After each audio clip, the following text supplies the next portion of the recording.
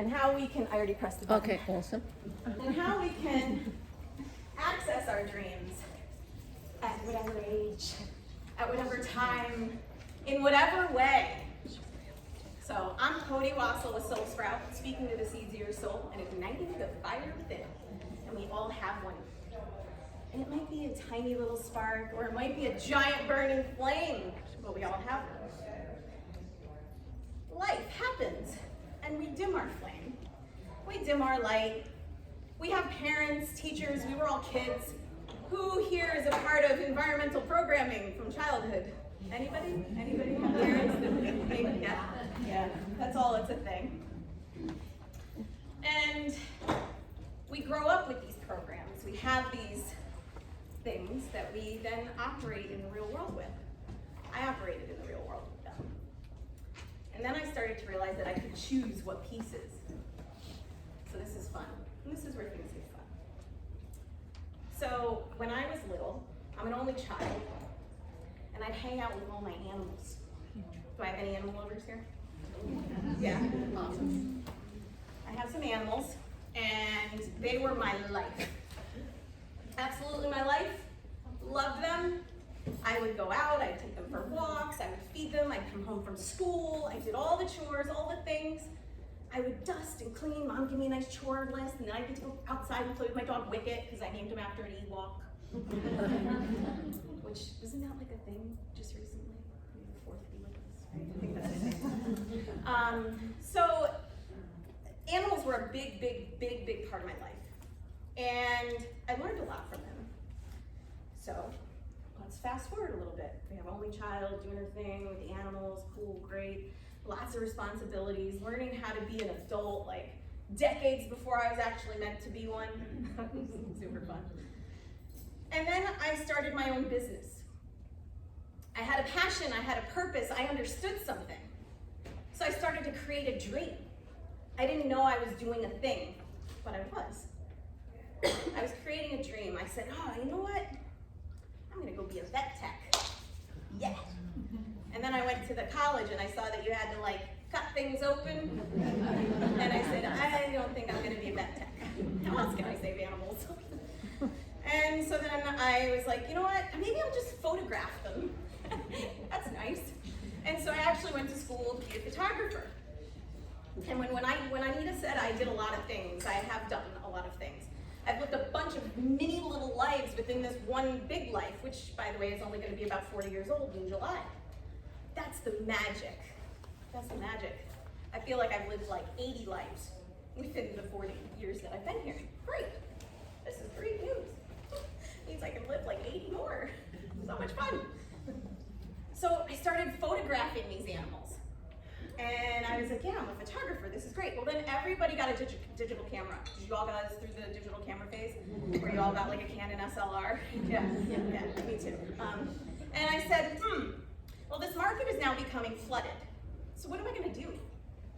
So, you pivot, and you move, and you shift, because that one wasn't working anymore. So what am I gonna do now? Well, it goes back to the animal thing. There's a string here, a golden strand nugget that by the end of this, you're all gonna be like, whoa. So the golden strand, animals. So now I'm like, what am I gonna do? What am I gonna do? My neighbor says, well, why don't you start pet sitting? I said, oh yeah, all right, I could do that. And this was like back in like 2005. So this was just before pet sitting became a thing that anybody really knew about. The forefront of this new thing, right? Pet sitters, whoa, cool, you can call somebody and they watch your animals? Yes, that's great. So I said, okay, so I went and I got one client, I got another client, before you know it, I'm a year in, and I'm working 365 days a year. It's cool, so I'm in my 20s, I can do it, no problem. And I just kept doing it. I'm up at 4 a.m. and I'm going to bed at midnight and I'm doing it again, and then it's Christmas. Well, everybody wants to go away on the holidays. It's super weird, and I have to take care of their animals. Okay. I missed my holidays with my families. I traded my family time for money and for caring for things outside myself, which at the time seemed perfectly fine until people in my family started dying off. And I was like, geez, I didn't really get to spend too many holidays with my favorite uncle, and that really started to weigh on me. And I started to notice that I was missing some things, but I didn't know how to get out. I didn't know how to get out. My best friend says, Cody, I'm getting married. I'm like, woohoo! Congratulations, you're getting married. Where's the wedding?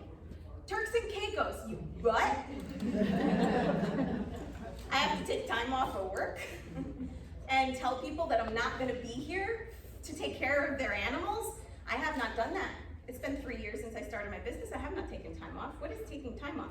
Meanwhile, I got a stack of money in my mattress, and I got like all this cash, and I'm not claiming anything with the government. Sorry, government. In case this makes it onto YouTube or something. I was totally evading you.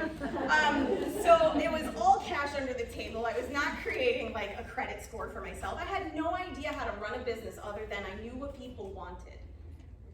I knew that there was a need. And I knew that I was super good at taking care of animals and paying attention to detail. And this would catapult me into this amazing business called Cody's Cozy Pets. And I would run it for the next 15 years of my life. And I learned the most lessons I will ever learn from this business. And employees, and all the beautiful gifts. I go to the wedding. I suck it up. I go to this wedding. I'm like, oh gosh, guys, clients, I'm taking a week off. I'm doing it, and they're like, what am I gonna, I'm like, I don't know, and I still couldn't tell them that I was totally not gonna, so I had 2 people come and cover for 2 dogs that I just couldn't say no to. Who's got a problem? Anybody else have a problem saying no sometimes? Yeah. People pleasers? Where's my people pleasers? Yeah! So I was like, all right, so I get to the wedding, I'm having a great time, and 10 days go by, I get home, and my dogs are like, woohoo! Hey, we're so excited to see you! And I'm like, get away from me. What did I just say to my dog that I love? Get away from me? And this was a tipping point for me, and I realized that I was working out of my home. Animals were in my house 24 hours a day, 7 days a week, 365 days a year. Guess what? I was burnt out. I was burnt out, and I have never shown not love to my animals. And I literally was on the ground sobbing and crying because I had just told my dogs to get away from me. And I didn't know what was wrong with me. And the next day, I sat with it for a second. Mind you, I wasn't even a life coach then. So I had no skills that I was aware of. So I'm just sitting there going, I wonder why I was so mad at the dogs for just being happy to see me. That's really messed up. It's unconditional love. You can't reject that. It feels good. Everybody wants it. And there it is. And you're like, get away from me. So I looked at what that was. And it was that my home was no longer a safe space. It was no longer my sanctuary. My home was a place I brought my work into. It wasn't my rejuvenate, relax, renew. I had brought everything home with me. Why? I didn't know what else to do. Nobody taught me. There's not like a manual out there for life. They teach you things that just actually don't matter or help you.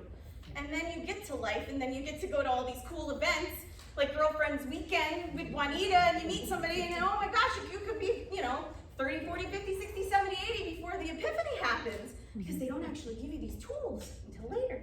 It's really weird. Anyway, so I decided I'm going to open up a larger business. I am going to take the animals out. I'm going to claim my home back. Great idea, Cody. Let's go get a loan. With what? You left the money under the mattress, and that doesn't count at the bank. Well, there go insert parental units. Hey, parents, want to go on this business adventure with me? They did. I have awesome parents. They supported me in everything I did, and I then owed them like $75,000 to fit up this business. Mind you, I've never had an employee before. I've never operated a business other than out of my home. Now there's all these things like overhead, payroll, like something I forgot to order garbage pickup. That like opening day, woo, yeah, and then they're like, where do you want us to put the dog poop? And I'm like,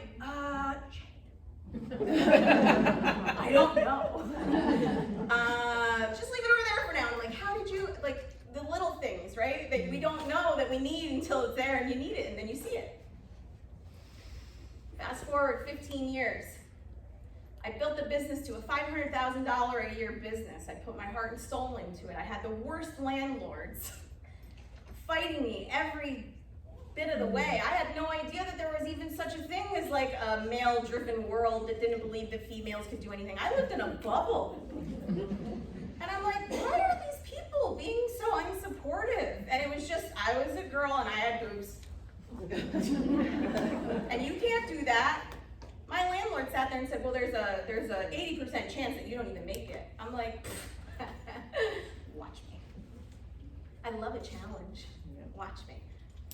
And I created that business and I did that. 15 years later, I start to have this feeling and I start to kind of search for something else. Because who says that we have to do one dream? Are we really meant to be here our whole lives and do the same thing every day, all day, until we breathe our last breath? Is that what life is? It's what they allow us to think that life is. It's what we're programmed to think that life is. You get a career, you do this, you retire, you die. We can do that, and that can work, and you can do it differently. The question you have to ask yourself is what actually makes you happy and what resonates with you, and why are you doing what you're doing? Are you doing it because it's what you think you have to do, what you've been told you have to do? Is it you're too afraid to do the other thing because this is comfortable and you know what this is? That's why I stayed. I built that. I look like I'm 12, right? Remember I referenced that I was gonna be 40, right? How many of you think I'm past 27 or 30, right? Not many. I mean, maybe if you I smile. So this was really difficult in my business. So I was a female. If I take these shoes off, I'm 4'10 3/4. Yeah, that's why I wore them, so I could like project.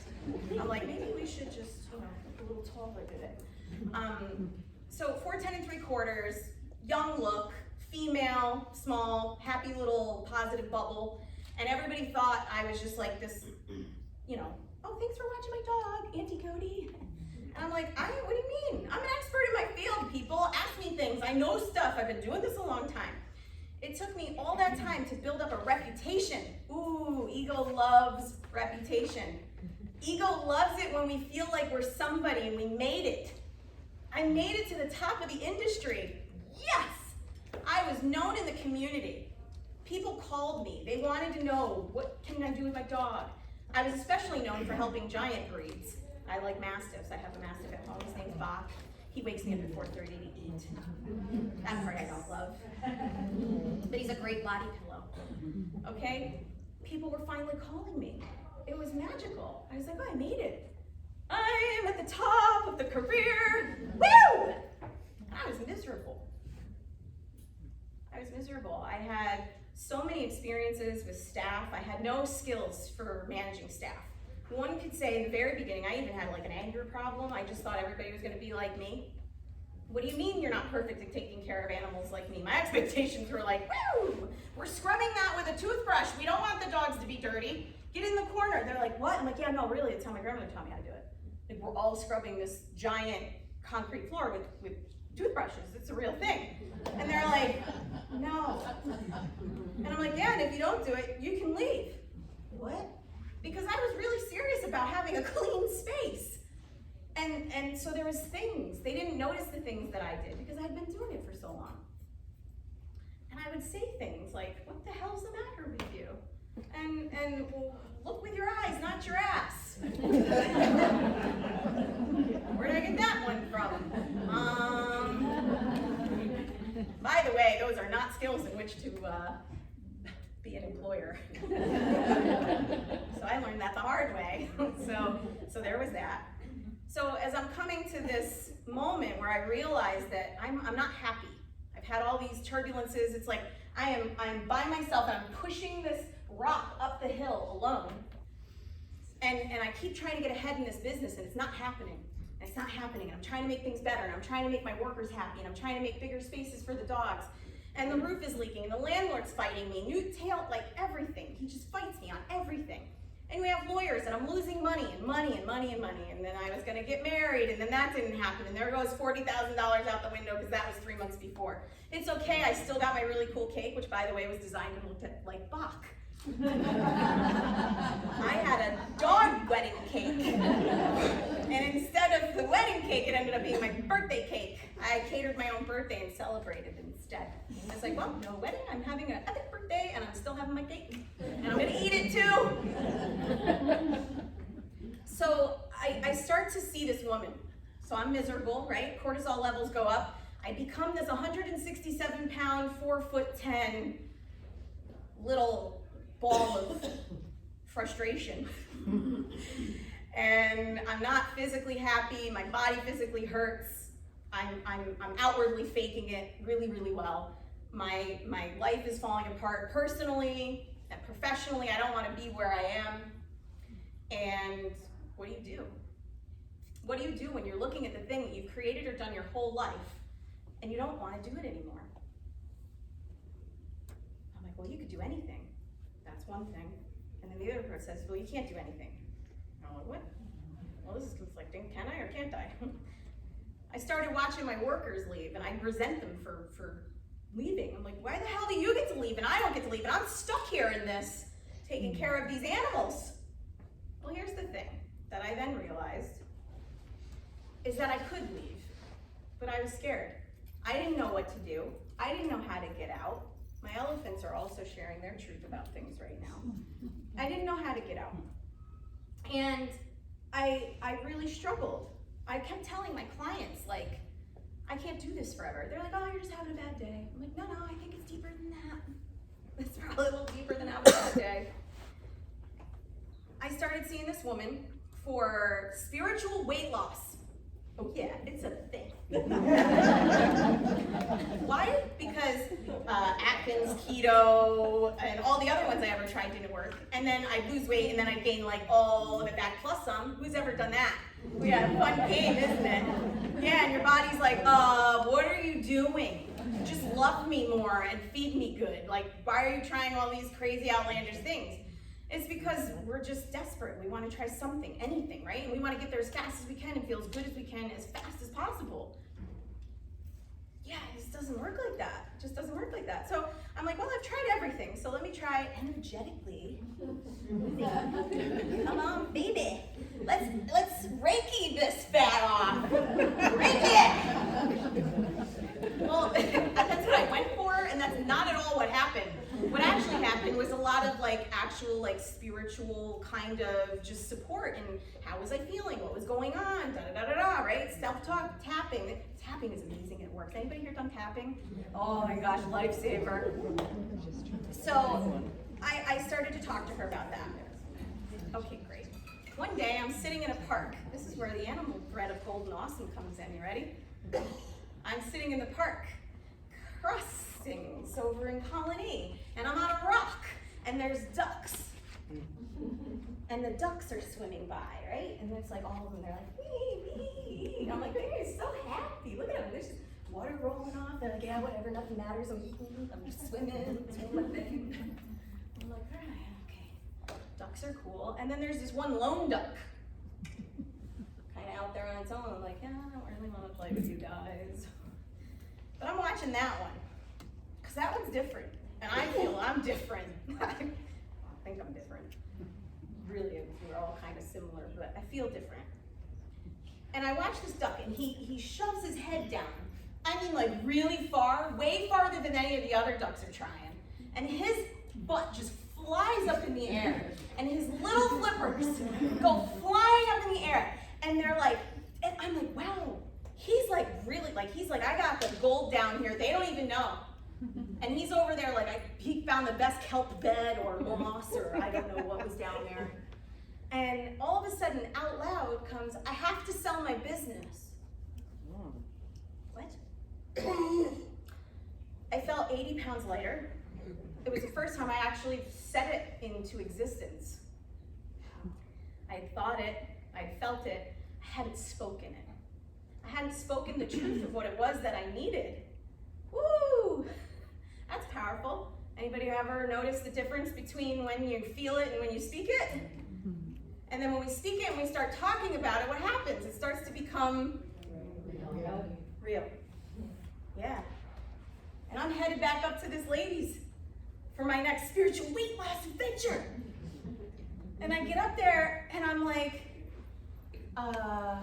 April? She's like, yeah, I'm selling my business. She goes, whoa. I said, yeah.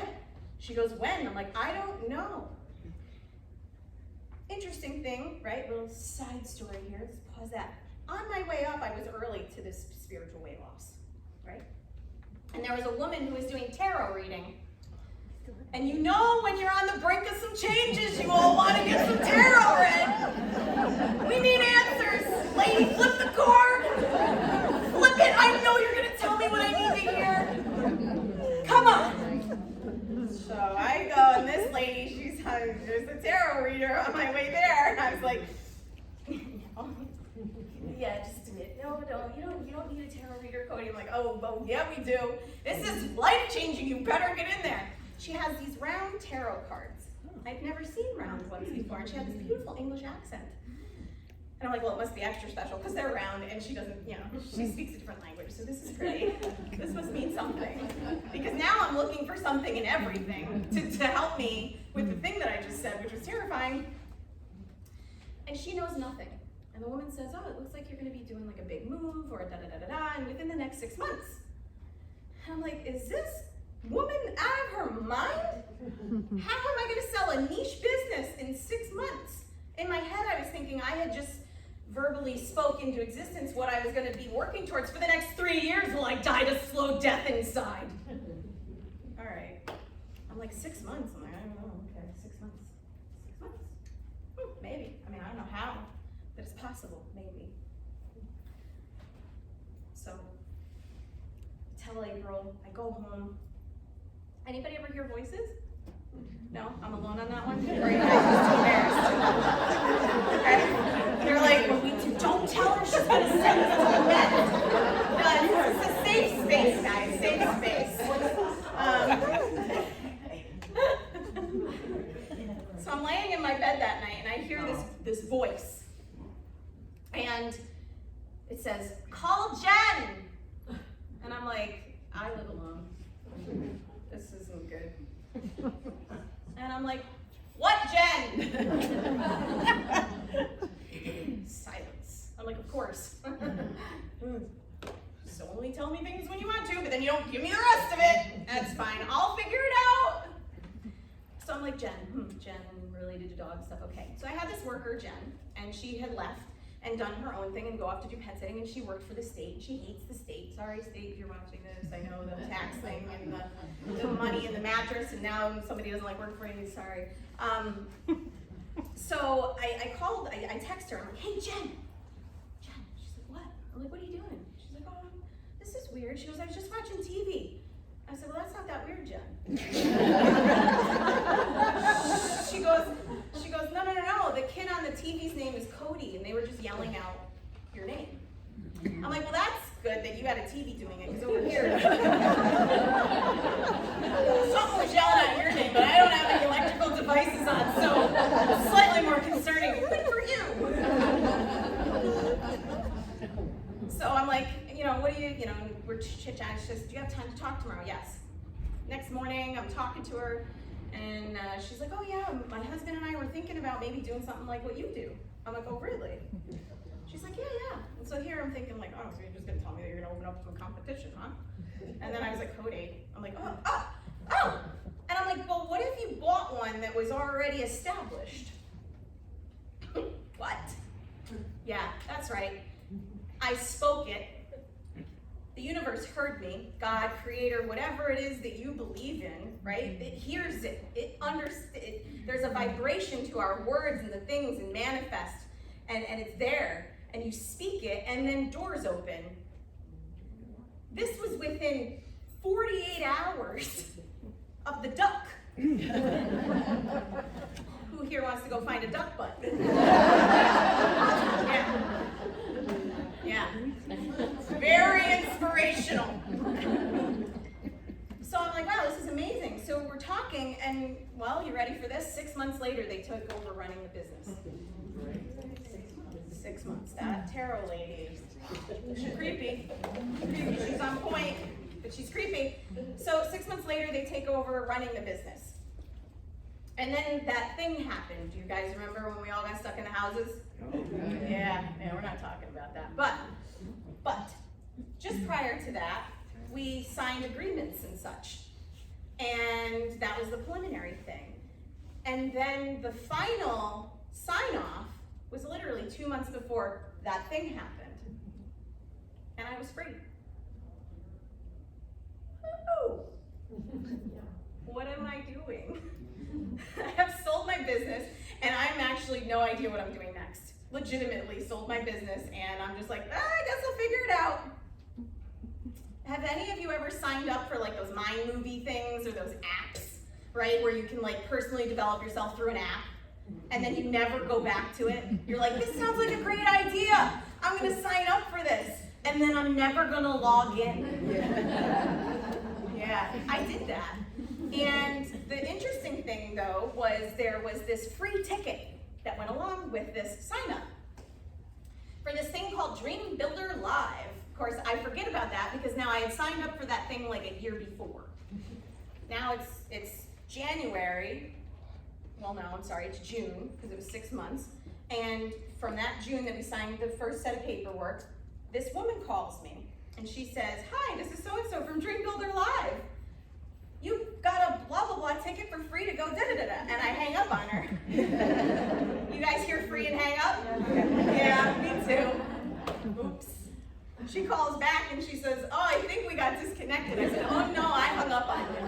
I'm very honest. I'm not gonna lie to anybody. I definitely hung up on you, lady, but you called back. So what is it? I mean, you look like you really want to give me this free thing. So I will listen now because you called me back, which I think is kind of crazy because I hung up on you." And she's like, no, you got it with the Mind Movies thing. You know, I was like, oh, okay. I'm like, well, what is this? She goes, it's an event in California. I said, well, when? She goes, January. I said, January in Albany, New York, or January in California? Not too difficult for me to choose Cali. And I had friends there. And I, again, have no idea what it is that I'm gonna do. So, let's go on a life-changing adventure, Cody, to California, to this Dream Builder Live jammy thing, and see what happens.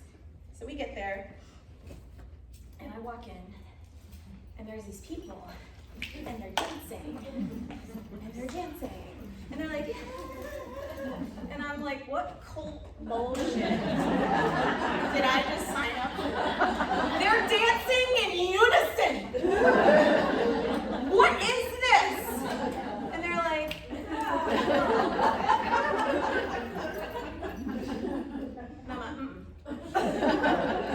and then this little part is like, Cody, if you have no idea what you're doing with your life, you stay. And I'm like, oh God, is it safe? Let me muscle test it. Is it safe? Yes, okay. So I stayed. And this guy gets up on stage. It helped, he was very good looking. It was Mary Morrissey's son. Now I don't know who Mary Morrissey is, but this guy, Matt Fox, gets up on stage. And I'm like, well, he's good looking to look at, so I guess I'll stay. And he says, you're probably thinking, what cult blah, blah, blah did you just walk in on? I'm like, oh my God, he read my mind. And he's cute. Is that a ring on his finger? Shit. Sorry, we're still staying. So he starts talking, and I'm like, well, okay. I mean, if he recognizes that this is weird, at least they can admit it. I'll stay a little longer. And then he introduces Mary. And this was the moment that life really, really changed for me. Mary gets on stage, and she's been in the personal development industry for 40 years. She's worked alongside Nelson Mandela, Wayne Dyer, Les Brown, Bob Proctor, rest his soul. So many beautiful, amazing people who are world change agents, helping people align with their dreams. And I was like, wow, she sounds amazing. And she gets up on stage, and she has this poise. She has this wisdom. She has this beauty. She has this playfulness. She has this little saucy side, too. But it's coming out in not a raunchy way. And I'm like, how did she do that? Anytime I say something like that, I just sound dirty. I'm like, I want to do that. That's magic. And she starts talking, and I'm looking at her hands, and her hands are like my grandmother's hands. And her lips and the way her mouth is speaking is like how my grandmother would talk. And I felt a hug. And I felt like I was home. And I was like, oh my God, I am her. She's me. That's it. That's what I'm supposed to do. I'm supposed to do what she's doing. Great. How do you get there? No idea. She knew though. She knew. She knew that you do what you can with what you have now to move you in the direction of your dream. And when you're afraid, you lean in. And when it's uncomfortable, you lean in. And when you don't know what to do, you just do the one tiny little thing. And on goes the story of becoming a transformational life coach and a movement modality medicine healer. Why did I come up with my own song? It was a dream. I just lived that out with you guys tonight. It was my dream to have a walk-in song. So my point is, and to wrap this up, and I have no idea how long I've talked at this point, so hopefully it's 45 minutes or so. But the point of all of this is you can pivot whenever you want. You can change anything whenever you want. If you're feeling that little thing inside, whether it's anxiety, fear, doubt, worry, it's a gift. It's the gift that says, I'm here, do you feel me? We're doing something that's not aligned. You're meant for more. There is more. And you can do that literally whenever. It doesn't matter if you've had a giant career, if you're in the beginning stages, you're into your golden year, it doesn't matter. You get to listen to that little intuitive voice that keeps pushing you to the thing that says, there's more life to live. There's more excitement to be had. And you can do it in whatever manner you want. That's kind of magical. It's kind of magical. And we all have that power. We can access it whenever we want. And we can be cool about it and just kind of like, all right. Or we can run at it. But as long as we speak it, as long as we speak our truth, and we drop the masks of who we think we are, and allow ourselves to really be fully who we really are, and be seen. Be seen and be heard and be loved, and not afraid to be seen and heard and loved. Just the way you are. And that's also what this weekend is about. You guys have all gathered here this weekend, not knowing that you've already come into an agreement, not just with yourselves, but with everyone else in this room, that you're going to have an experience this weekend. You're going to have a willingness of transformation. You're going to turn up the volume. You're going to tune in a little bit more. You have things to check out, stuff to experience, to touch, smell, taste, feel. It's a playground. You get to be a kid. You get to let your inner kid out to play for the weekend. Who's ready for that? So, I just encourage you all to enjoy life, embrace everything that you possibly can. Know that you have everything it takes to pivot, shift, move. And if you feel that you don't, I'm here for you. And I love you all.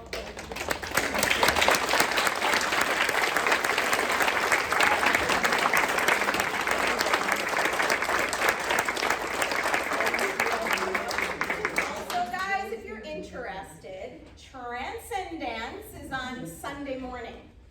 And all movement levels are welcome, and it's 10 phases that we go through, where we're basically going through a rebirth, and we're working out all the things in the body. So you can have, it's like taking the mindfulness of yoga off the mat into conscious body movement, and so you get to release some stiffness and some things. There's versions that you can do on the chair, the floor. So I highly recommend you come dance it with me a little bit, move the body. Moving the body raises endorphins and your nitric oxide levels and all that good stuff. So it'd be a great way to move yourself from the weekend into your normal life again. So I'd love to see you guys there. But if I do not, have a beautiful and blessed rest of your day, night, and weekend. All right, guys.